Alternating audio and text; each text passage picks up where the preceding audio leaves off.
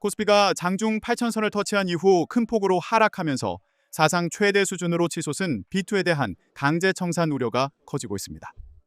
20일 금융투자협회에 따르면 지난 19일 기준 신용거래융자 잔고는 35조 8,560억 원을 나타냈습니다.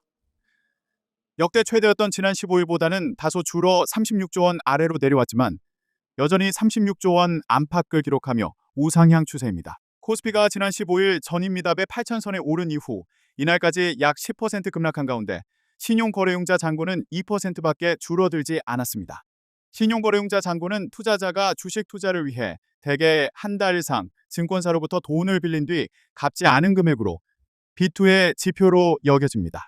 통상 주가 상승을 기대하는 투자자가 많을수록 늘어나는데 일정 기간 내에 이를 갚지 못하면 주식은 강제 청산됩니다. 증권사들은 투자자들에게 빌려준 돈을 회수하기 위해 가장 낮은 하한가에 주문을 던지기 때문에 신용거래융자는 특히 하락장에서 투자자들에게 큰 손실로 이어지고 주가 하락을 더 크게 떨어뜨리는 요인이 됩니다. 신용거래융자 잔고와 별도로 이틀간 증권사로부터 빌려 매매하는 초단기 미수거래로 인한 미수금도 1조 9,240억 원으로 다시 2조 원에 육박하며 지난 3월 6일 이후 가장 높은 수준을 기록했습니다.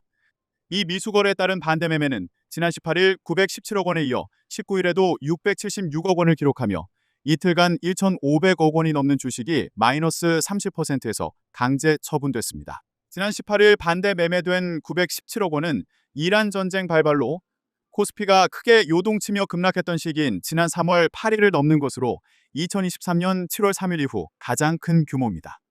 코스피가 8,000선을 찍으며 증권사로부터 돈을 빌려 주식을 샀던 투자자들이 이후 급락장에서 증거금이 부족해지면서 강제로 매매된 것입니다.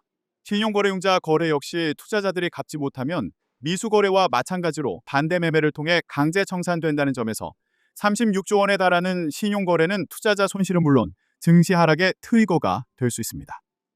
업계의 한 관계자는 투자자들이 자신의 보유자금을 과도하게 상회하는 B2는 요즘과 같은 하락장에서는 큰 손실로 이어질 수 있고 주가 하락을 더욱 부추길 수 있는 만큼 유의해야 한다고 말했습니다.